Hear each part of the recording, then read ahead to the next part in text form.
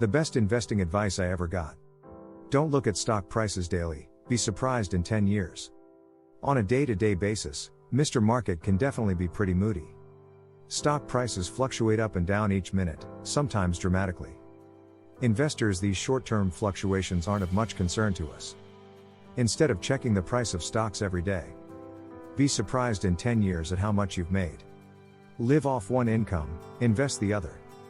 If you live in a household that brings in two different incomes, living off of one income and investing the other is one of the best financial decisions that you can make. In many cases, families are able to live comfortably off of one income and use the second income for frivolous spending. Buy businesses, not stocks. When you're considering purchasing stock in a company, it's very helpful to think of it as buying the entire company. After all, you're purchasing a portion of the company. And if you wouldn't buy 100% of a company, then you shouldn't even think about buying a tiny percentage of that company either.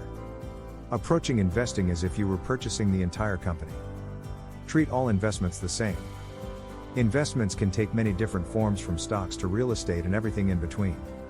However, when it comes to the investing strategy that you use, all investments are the same.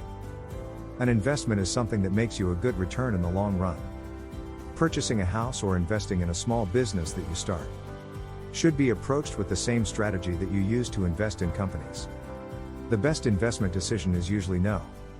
Opportunities that are truly worth capitalizing on are much rarer than you might imagine.